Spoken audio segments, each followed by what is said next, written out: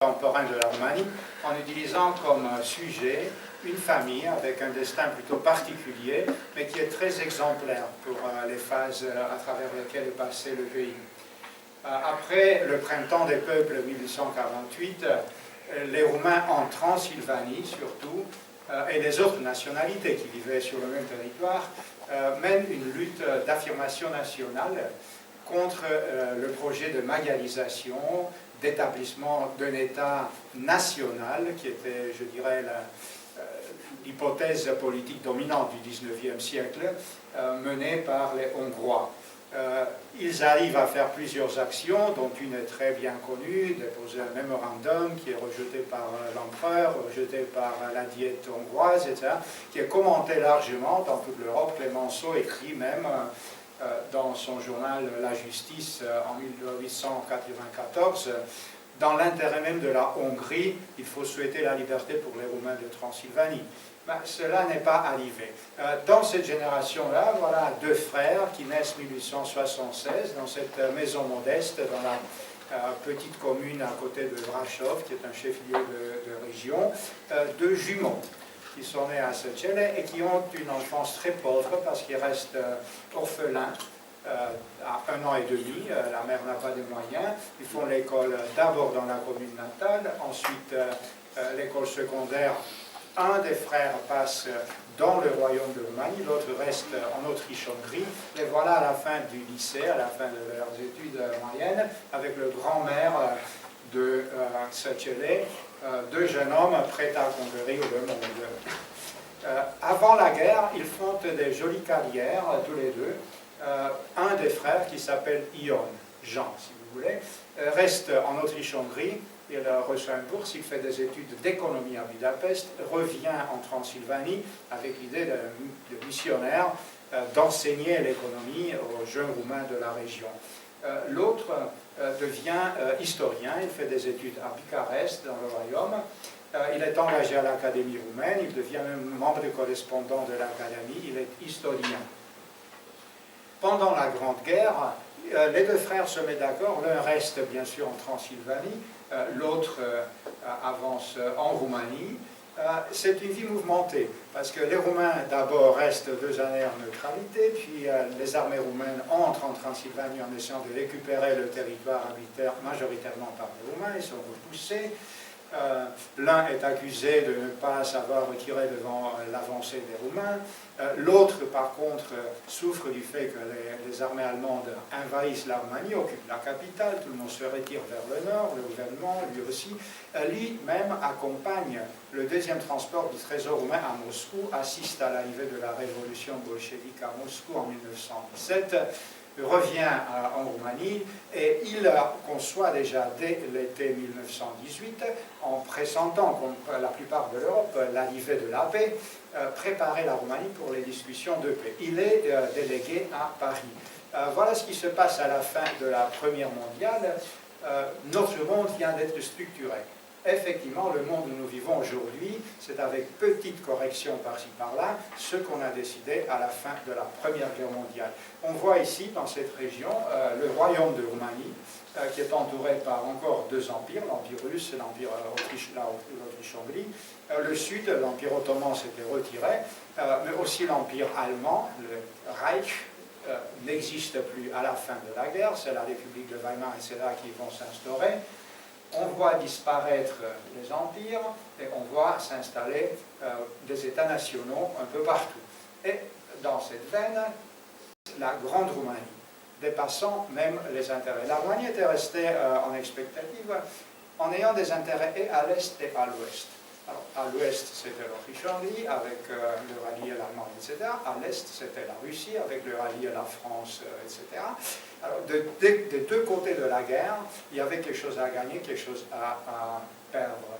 Alors, ce qui arrive, c'est au-delà des attentes des Roumains.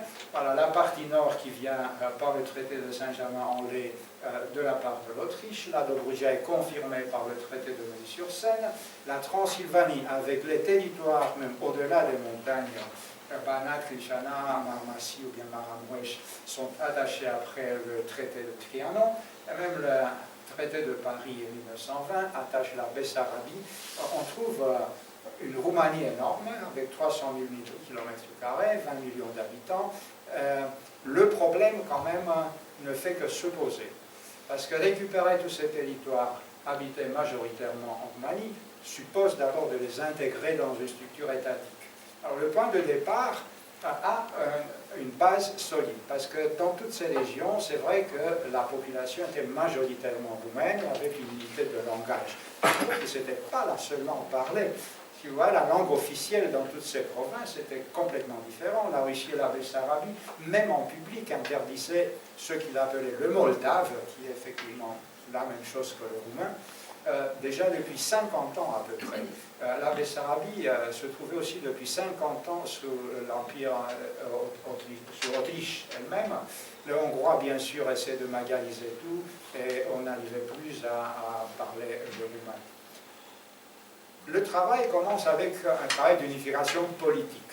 Et il y a l'Assemblée nationale des Roumains de Transilvanie le 1er décembre 1918. Là, un des frères est un des 1228 délégués qui votent l'union avec la Roumanie. Il est élu dans les structures de gouvernement sur la Transylvanie, structures passagères, mais quand même qui ont mis leur empreinte avant l'unification étatique. La conférence de paix de Paris, l'autre frère est délégué, il est l'auteur des principaux documents qui ont expliqué la position de la Roumanie. Le premier parlement de la Grande Roumanie s'établit le 28 novembre, tous les deux sont dans la structure, l'un comme député dans la Chambre des députés, l'autre comme sénateur. Et puis le couronnement du roi Ferdinand finit, proprement dit, l'intégration politique avec sens de membre dans la commission.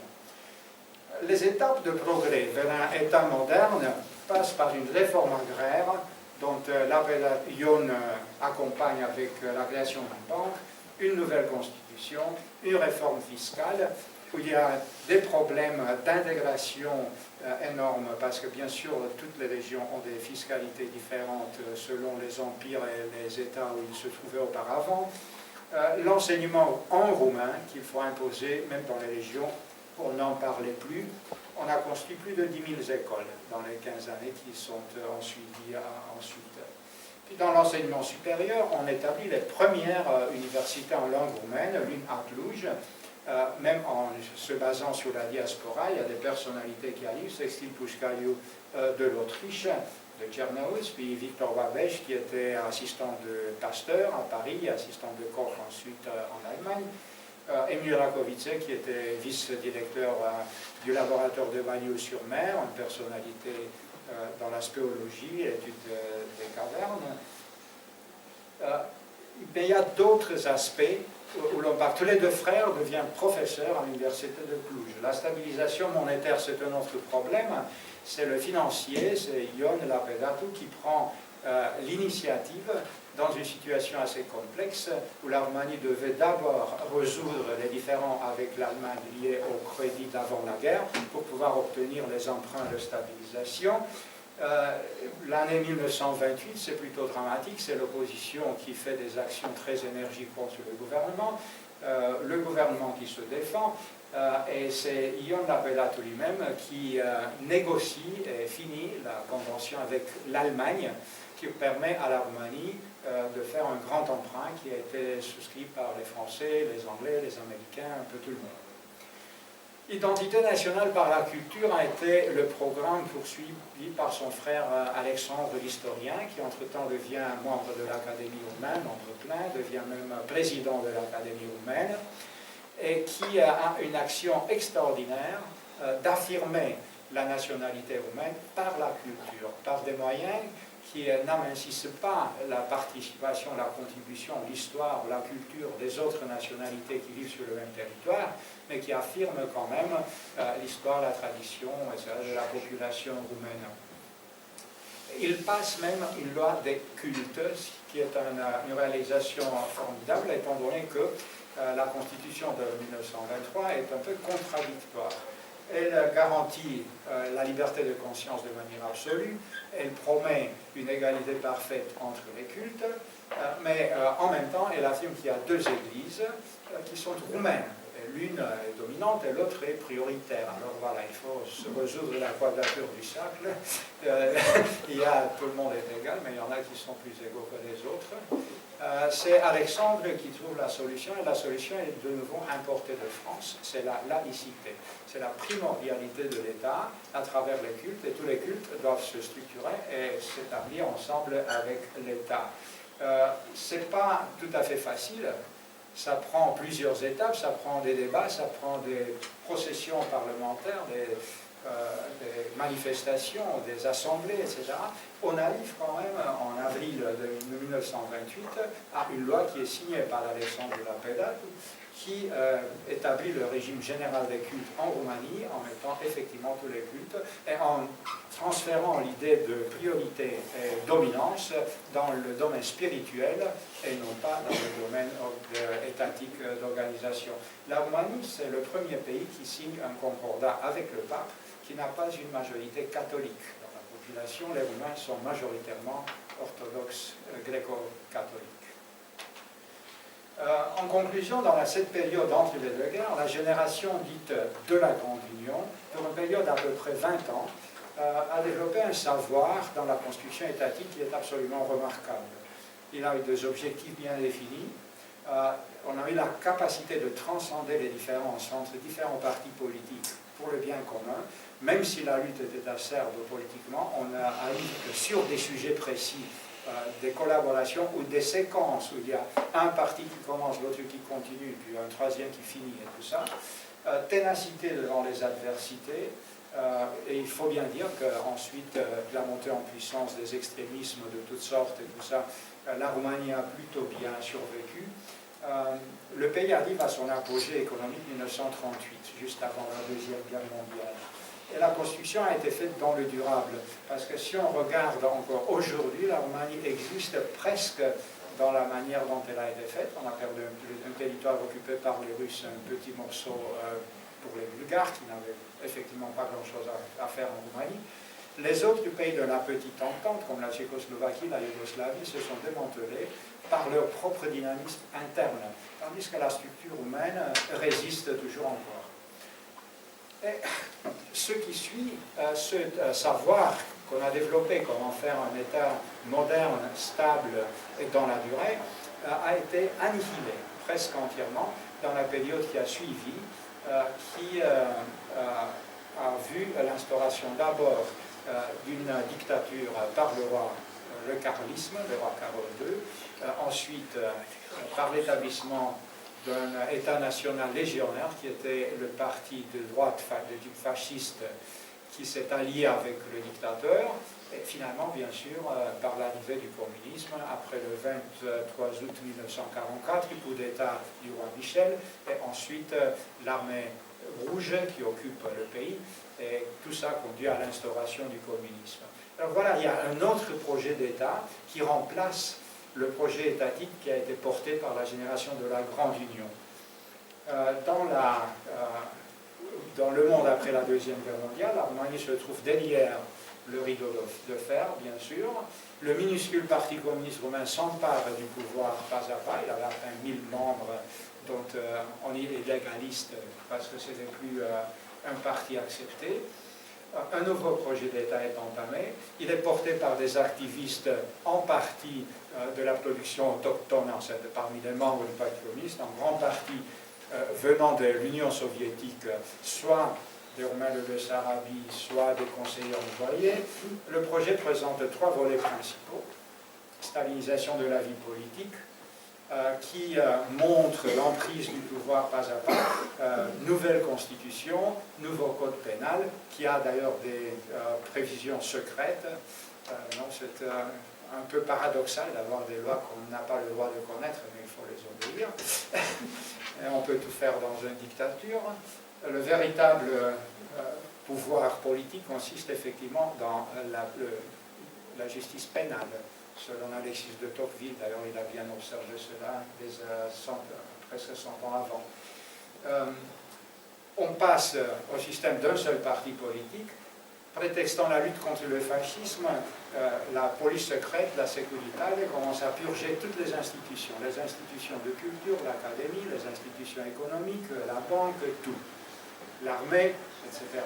Les élites sont éliminées physiquement. Alors c'est une violence d'État qui s'instaure. Ce n'est pas seulement une oppression intellectuelle. Alexandre, qui était ancien ministre, président du Sénat, président de l'Académie, est emprisonné sans jugement, sans rien du tout. Il meurt trois mois après l'emprisonnement. Et son frère, qui était aussi ancien ministre, gouverneur de la Banque nationale, il n'est pas emprisonné, il était sur les listes, mais il était malade dans le lit, il ne pouvait pas être transporté, et il meurt chez soi quelques mois plus tard, en 1951. L'économie passe par un système similaire. Alors tout ce qu'on avait fait entre les deux guerres pour développer l'industrie, etc., est oublié parce qu'il y a un système nouveau qui arrive. On nationalise toute l'industrie, on collectivise l'agriculture, on étatise la Banque nationale, planification centrale externe, plan quinquennaux et tout ça, tout le monde sait ça, monopole d'État sur le commerce externe. Les investissements existent et sont bons parce qu'on les a faits, pas parce qu'ils ont un effet économique favorable, sont viables, etc. Et il y a bien sûr les grands monuments qui sont tombés en ruine, en grande partie ensuite. Et puis il y a la stalinisation de la culture. La stalinisation, il y a un système agit-propre tout puissant qui décide des règles, qu'est-ce qui est idéologiquement acceptable ou non. L'académie est épurée, l'enseignement est épuré, il y a un monopole sur l'histoire, manuel historique unique, qui explique l'histoire par la lutte des classes et qui propage l'influence du grand peuple russe sur toute l'histoire européenne, etc., la russification, la censure qui combat d'une manière arbitraire, de nouveau secrète ou explicite, tout ce qu'on peut faire. Par exemple, déjà en 1948, la liste des publications interdites fait presque 9000 titres, plus une liste, bien sûr, qui est secrète, personne n'ose plus lire. Recrutement des enfants comme délateurs. Alors, on n'en parle plus.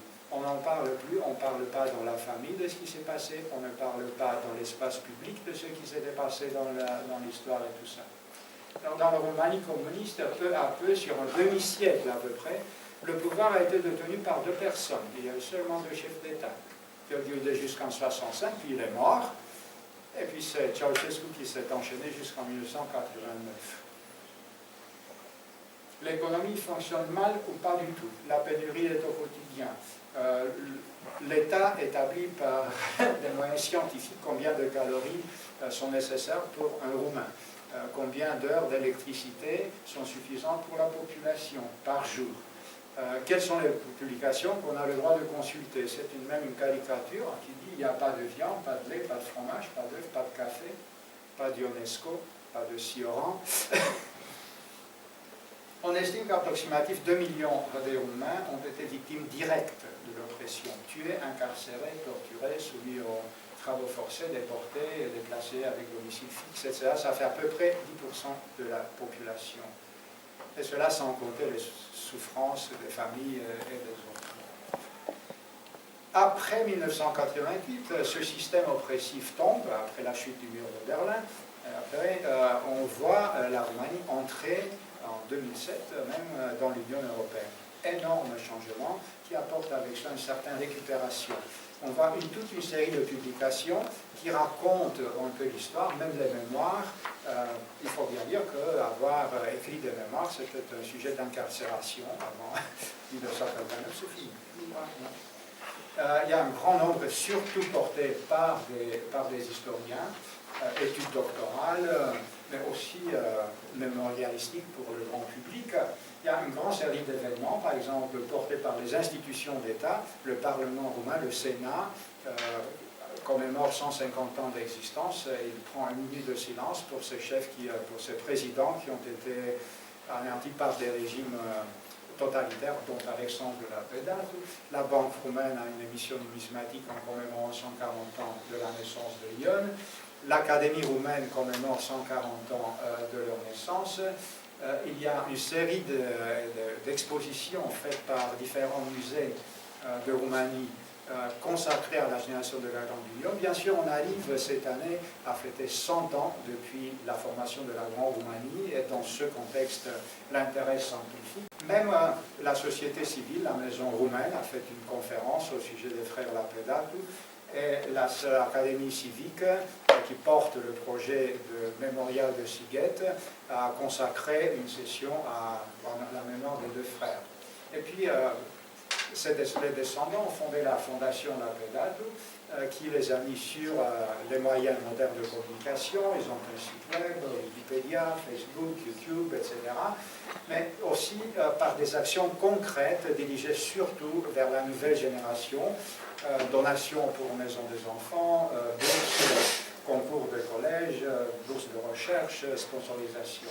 On assiste ici à la récupération de mémoire d'une activité énorme qui a eu lieu dans la période entre les deux guerres. On peut bien se poser la question, est-ce qu'on arrive effectivement à récupérer le savoir qui a été fait là? Il y a une curiosité, il y a un intérêt, il y a une inspiration qu'on cherche, mais la question qui se pose, c'est est-ce que ce savoir est bien récupéré, bien transmis et bien valorisé? Merci.